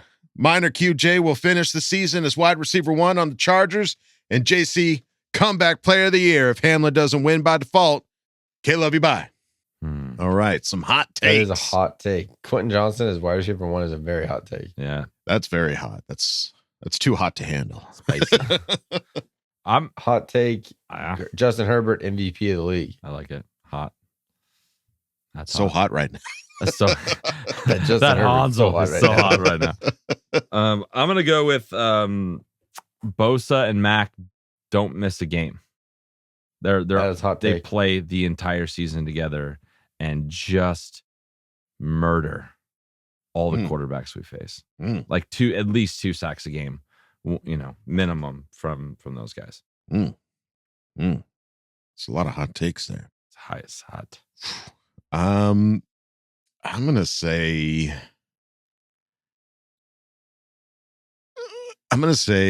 Isaiah Spiller steps up over Josh Kelly as running back 2. Okay.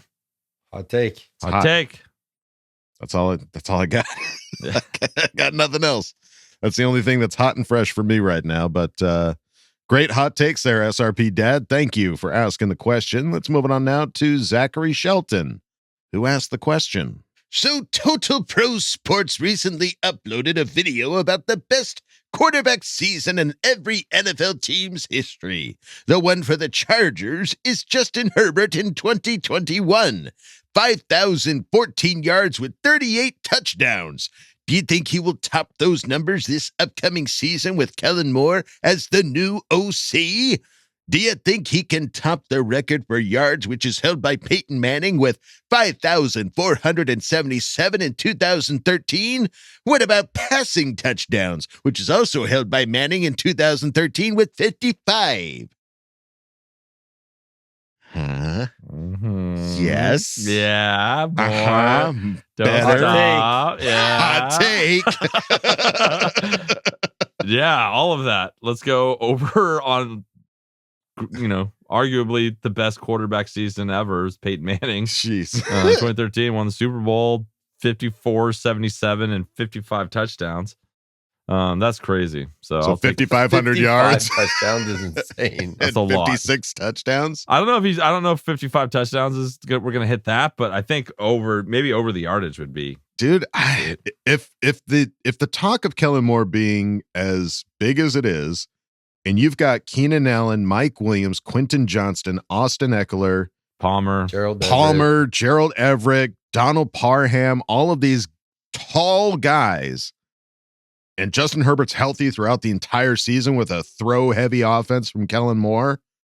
I mean, even if you take away half of Austin Eckler's touchdowns, that's throw 10 on that 38. You're almost to 50 right there. Exactly.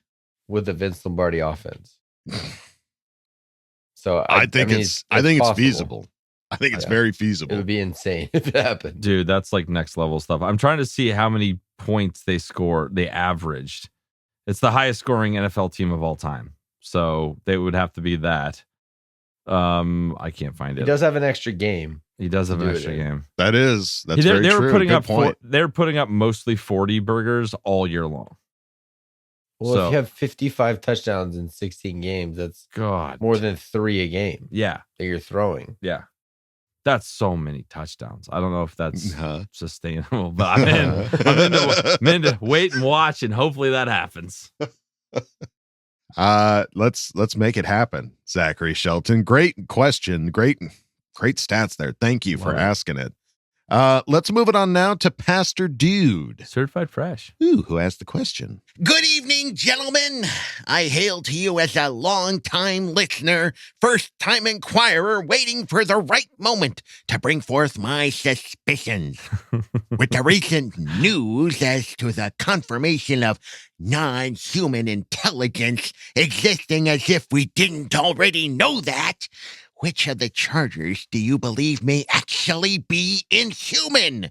Keenan has been associated with aliens. Herbert appears to possess launch codes of some kind with an arm that could certainly catapult unidentified flying objects into the stars. What say you, gentlemen? And remember, they walk among us. Oh my God! What an auspicious debut, Pastor Dude. Waiting in the wings for the right time, the right moment to strike. You struck hard. That was a great question. All right. Wow. So if we've got aliens on this team, who are they? I just picture aliens never getting hurt, or they recover so quickly that that's what I'd imagine. Quickly. Yeah. Like JC Jackson? No, I don't think he's quite alien. I think you got to go Justin. I know it's the easy answer, but it feels kind of inhuman. Yeah, like what he's able broke to his do. rib and just kept playing football. Kept playing. Like, it doesn't seem right. Keenan Allen can't be an alien because you wouldn't talk about it if you wouldn't call yourself an alien if you were an actual alien. You were an alien. That's too on the nose. That's just what an alien wants you to think.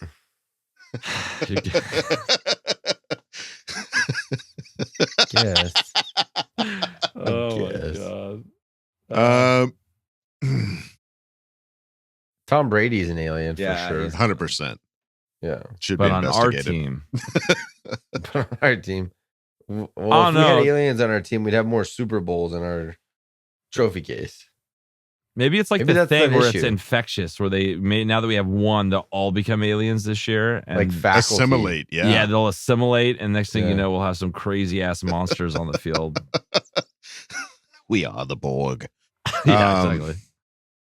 I'd throw Dustin Hopkins into that mix as far as just like somehow finding a way to kick a field goal without whatever. I can't even remember what his injury was, but he couldn't stand up at the end The of it. problem is he's still hurt and he's not at practice, so I don't think he's very alien-like.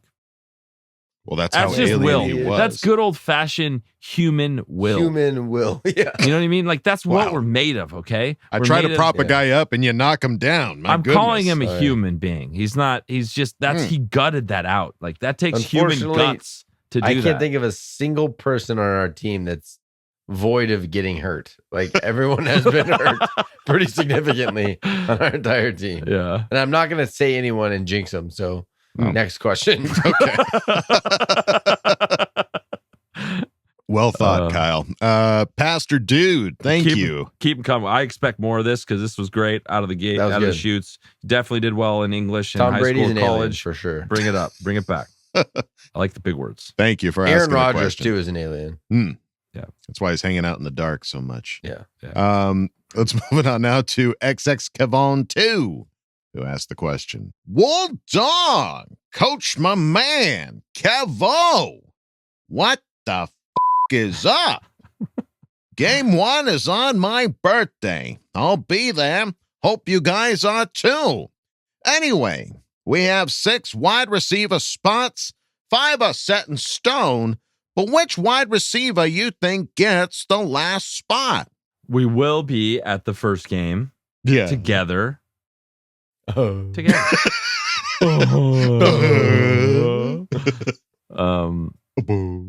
So we'll see you there. Come meet us in Thunder Alley. So 6. So let's name the 5. Obviously, you got Keenan, Mike, Quentin, Palmer, Davis. And then who's that 5th? Right now, Jalen Guyton is the Hightower. John Hightower. Pokey Wilson. It's feeling like it's going to be right now. Honestly, it feels like Hightower the way it's going, unless because we need to see Jalen back. He is not back on the field yet. Right, that's just not happening. So let's see. Let's watch this weekend. Let's find out pretty quick because Hightower's going to get some reps. He's not going to get reps from Justin, but he's going to get reps from Max Duggan. The next best thing, really, Max Duggan. 1A, 1B, Max Duggan. And Easton Stick. So let's see what he does. I think this is that time to show. That's what I love about preseason. We're going to find out pretty quick. But that's so unique that we have the 5 are done. It's like stone. Yeah. This is it. This is what we have. Let's see what that last battle is. And it's easier to focus your attention on what's going on. Mm-hmm. But I guarantee you there's going to be somebody's going to have a huge game this coming weekend, and we're all going to be like, oh my God, he's amazing. We probably hadn't talked to him till now. Yeah, the future of wide receiving in the National Football League. Michael Bandy. Yeah. No, that happened absolutely last year. I think first I know. game, Yeah, 100%. we got bandied. Michael Bandy, Offensive Player of the Year. Yeah. Didn't quite pan out. But yeah, it'll be interesting to see. Hightower certainly has been getting a lot of the praise during training camp. So we'll have to see if that translates to the preseason games. But great question, XX Kevon. Thank you for asking the question. Let's move it on now to Daryl 21, who asked the question. Hey guys, happy training camp. First off, I absolutely knew you guys would poop the bricks after posted last week's episode only to have our boy Herbert sign minutes later. Hoo-ha. Now, I've been quietly observing the beginning of camp lately. I have 2 questions. 1, any chance we carry 6 wide receivers? Because Hightower is making a strong case in camp so far. Number 2, where the hell is our queen, Haley Elwood? She's still missing, guys. And I'm going through withdrawals. Although watch, you guys will on Tuesday, and then, bam, she'll be back. Hoo-ha. Can't wait till Tuesday for the new episode. And dudes, we have a game on Saturday. Woohoo! Caleb, you bye. I still can't get over that. We put together the outline and we're like, oh, I was like, calendar. There's a outline, game on Saturday. What? Huh? Finally. Let's go. Love it. So that's another interesting question. We're talking about who's going to be number 6. Will we even carry 6 wide receivers? Yeah, you have to with what happened to us last year and injuries, and you get stuck with Michael Bandy out there starting a game. Right. You're carrying 6. I think it's no doubt about it. Yeah. Because Darius Davis is taking up a spot as a return guy. If you don't count him as a receiver if you're looking at the depth chart in that extent. He's a specialist that will maybe get a couple plays on offense here. Sure. Yeah. So really that you only have 5. So you have 4 on the field sometimes. You only got 1 guy kicking rocks on the sideline. So it's not as if you're have a plethora of options. Right. Even if you carry the 6. Right. Good point. Yeah. And then Haley Elwood. Good question. I hadn't thought about this till now. I don't know. Maybe her positions changed. I don't know. It's weird. I just checked LinkedIn. She's still team reporter for the Chargers. Okay. Well, there haven't been any games, so maybe this weekend she kicks back into gear. Hey Siri, where's Haley Elwood? Creepy. Got her Twitter? Has she posted anything recently? She went to the Taylor Swift concert. I know that like a couple days ago. She's reposted. She posted something 4 days ago. What'd she post?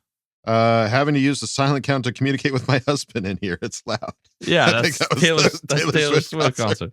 Hey, wait a minute. That's not Charger related. Oh, she also got the Die Hard Bowl Club care package. So she's still definitely a part of it. She's just maybe something's holding her back. Right now. Who knows? She might be at camp. She's just not tweeting about it. I don't know. She's if in she disguise. was at camp, she'd be tweeting. Yeah, right. Yeah, probably. Yeah, giving it the benefit of the doubt. I don't know what's going on. All right. We don't know, Daryl, but hopefully we find out soon. But thank you for asking the questions. Let's move it on now to Guidebook Beats, who asked the question: who will have the first interception of the season for the Chargers? Knowing Tua, how shitty he is, and he can't throw very far, I'm going to go with a linebacker because he really can't get it too deep. So let's go K9. K9 first interception of the year. Interesting. He's going to be flustered. Our guys are going to be healthy. K9. He didn't see K9 just straight drops balls thrown right at him though. Not this year. This is not that year, Kyle. Not this year. Not this year. Okay. Not this year. I like that. A lot has changed. Take that back. Not this year. Don't like your attitude. All right. Go I'm going to not take Kenneth Murray, and I'm going to go with Alohi Gilman, the safety, because just the safety thing to do is get picks. You think Tua can throw it that far down the field?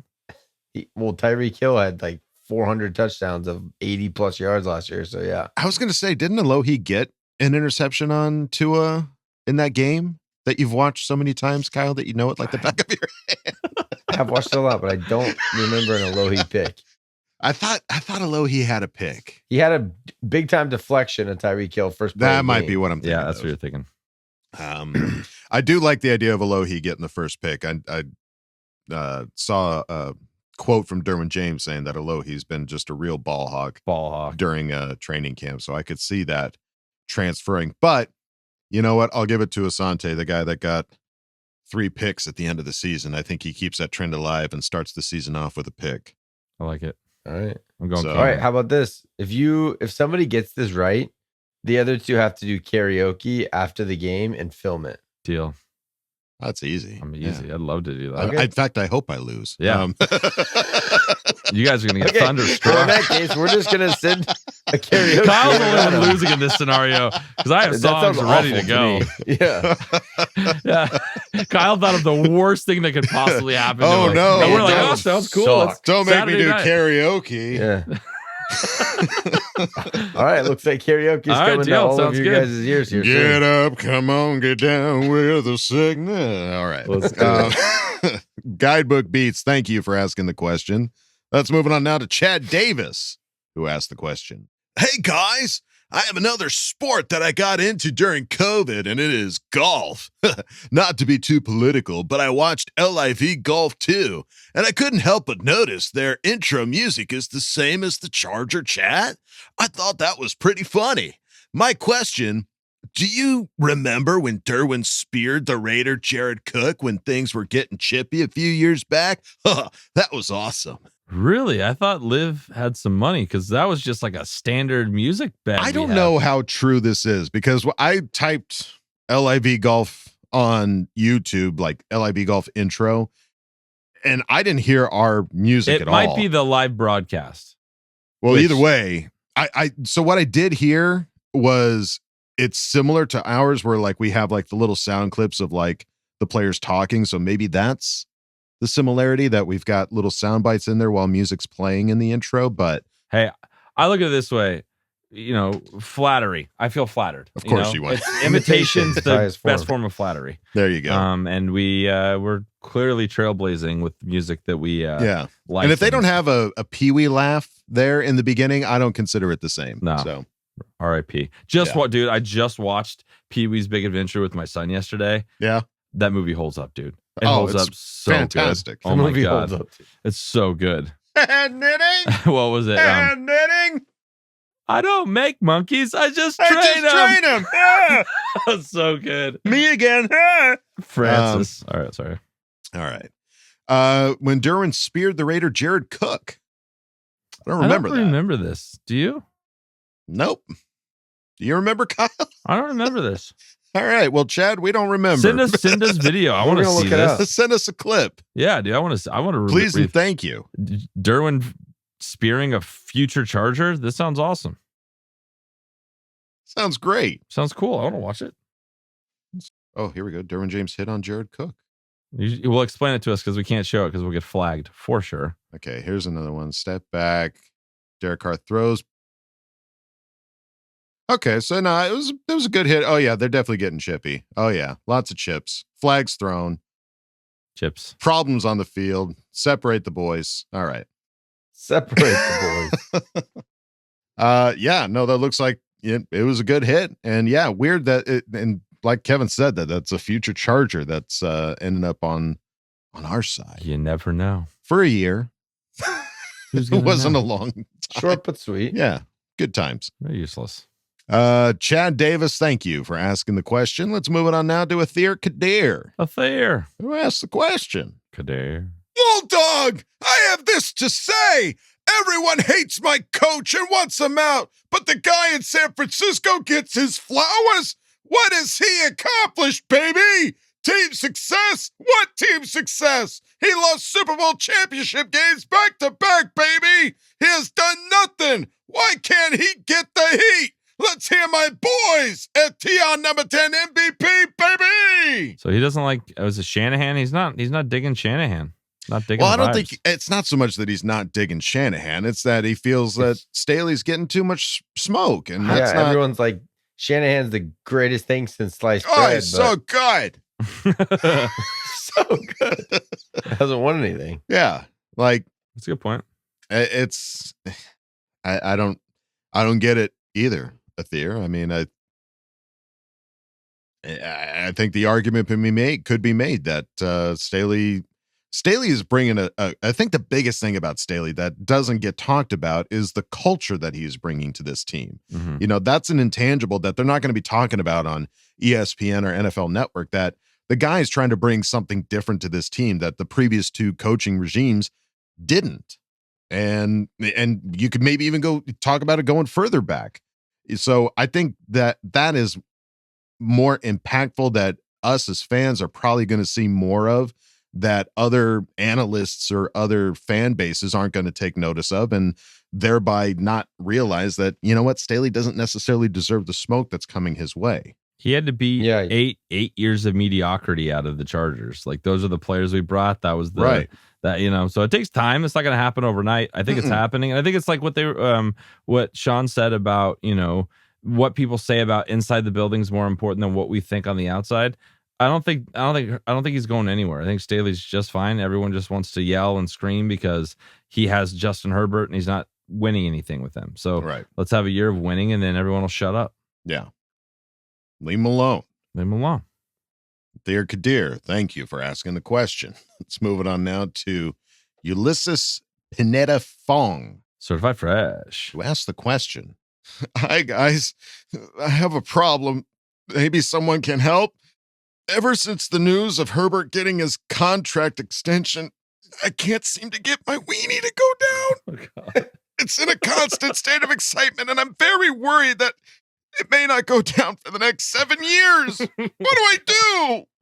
It's beginning to cause problems in my daily life. Knocking things over all the time and having it hit the steering wheel every time I turn it. I have to wear all my pants with the zipper open. I guess it could be worse like being a Raider fan. I hope someone out there can relate to my issues since it's so f***ing awesome that we locked up our QB and we are going to take a dump on all our opponents' faces. BTFU! Oh, he took a turn there at the end. That was awesome. Ice. Ice, baby. It's cold. It's cold. Yeah, that'll bring the swelling down, as they say. Well, I'm glad here you're so happy. Yeah. But 7 years, man. It's a long time. Sounds like a curse. Cold showers, I think, is Cold showers and tuck it in the waistband. You'll be good to go. Good luck, Ulysses Pineda Fong. Thank you for asking the question. I just love the turn at the end, and your performance was great. Yeah. Let's move it on now to FN Dooley, who asked the question. Love to hear all the emphasis being put on tackling. Hate to admit that we're not a good tackling team, but it's true. Even now when I write this, I am reminded of Derwin almost killing Austin Doolin last year. I swear, go back and watch some of the vintage stuff. Junior Seau, Eric Weddle, Sean Phillips, Lorenzo Neal, Merriman, and many others. I know safety is an issue, but when you watch the old tape, you can tell opposing teams didn't even want to catch the ball. I look at Joey Derwin and Khalil and think, OMG, those three guys are beasts. What more do you need?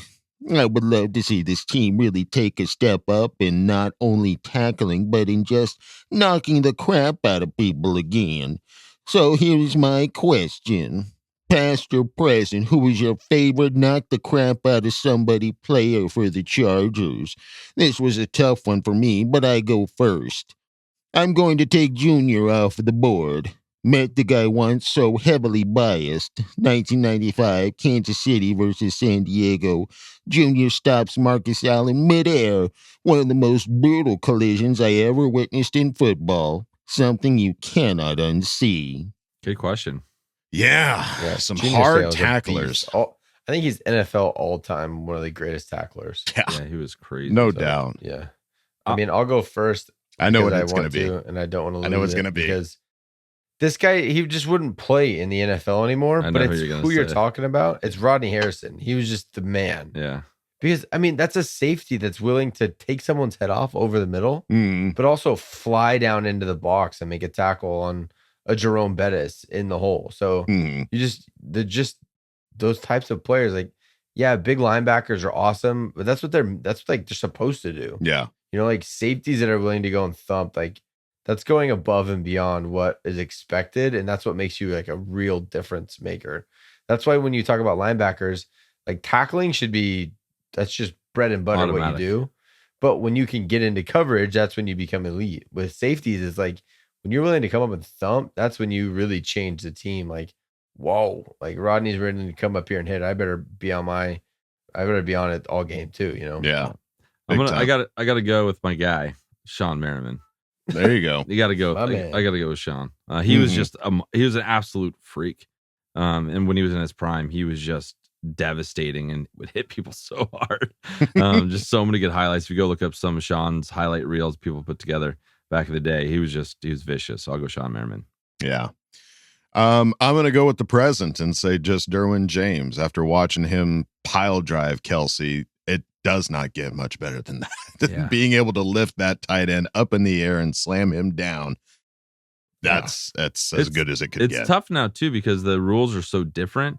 In order to have huge hits in this kind of football, your technique needs to be perfect. And if you're, and you have to hit hard. So if you don't get flagged for a huge hit in the NFL, you are doing it perfectly, which is where Derwin's at right now. Big time. FN Dooley, thank you for asking the question. And we go out of Ask Bold Fam with Jeebs. The D is silent. Who asked the question? Hey, yo, Wolf Dog. Hey, yo, like, how you doing? Hey, yo, like, where's the other two guys that are always with you? So, you're, like, connected at the hip, you guys are. Hey, yo, maybe not always. Sometimes it's just like one of them with you. Hey, yo, yeah, you may have to hold it down on your own one of these days, you know? Hey, no, I'm just kidding. We all love them Duggins. Hey, yo, I got a joke for you. Hey, knock, knock. Who's there? Hey, Mahomes. Mahomes who? Hey, yo, exactly. Hey, I may be born and raised in Philly, but Herbert is the real deal, baby. Hey, yo, how many touchdowns you think he'll have? Like 1,000? Hey, yo, I'm thinking he'll break 40. He's going to take care of business this year, you know? Hey, yo, so like, what's his stat lines this year? You know, touchdowns, interceptions, and yards. Hey, oh, and who's leading the team in touchdowns? Hey, oh, is it Eck gonna hold his title? Hey, oh, before I got I got one request for you. So, you know, give me a best. Hey, yo, Adrian. Hey, yo, Adrian.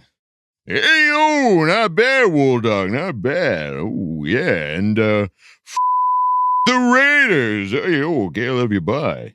Oh, Jeebs. Thank you. Jeebs. Oh, Jeebs. I love that movie. All right. Stat line Herbert, 5,500 yards. Yeah, 56 touchdowns. Yeah. Just got to beat the records. I'll give you my reel. I think we're going to beat Peyton Manning's yardage. So let's go 54-92. Don't know why. Sounds right. We're going to go touchdowns. We're going to go 42 touchdowns. I think that feels good. 42-43. That's still MVP level season for sure. Oh, yeah. And then interceptions, give him 2.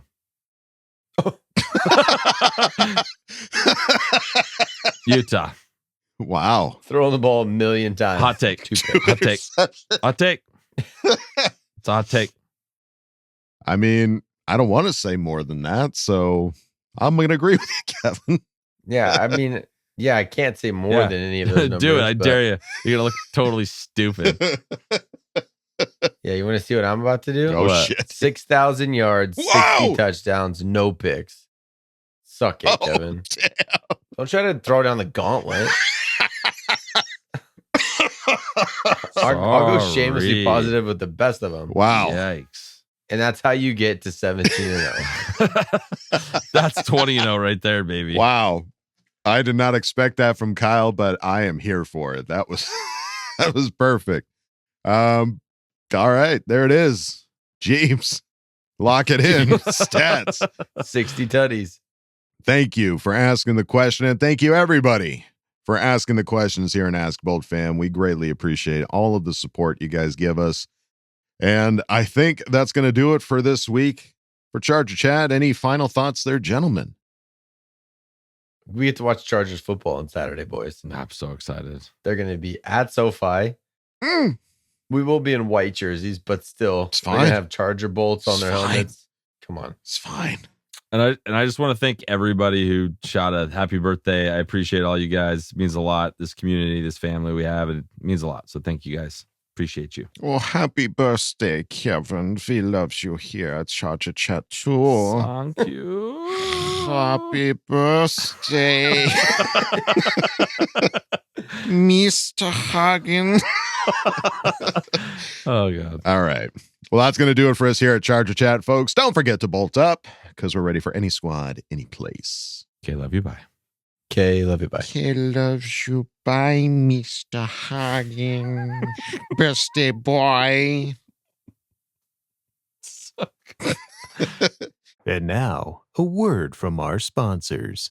Lights Out Used Car Lot. If you think you got the nuts to buy a new car this weekend, shut your fucking mouth and come on down to Lights Out Used Car Lot. We got Oldsmobiles. Yeah. We got Ferraris. Yeah. That's it. yeah! Every car is $5,600. Holy shit! That's right, $5,600. Kelly Blue Book, shove it up your ugly ass. Carfax, shove it up your ugly ass. So come on down to Lights Out Cars. If you think you can find a better deal, go fuck yourself.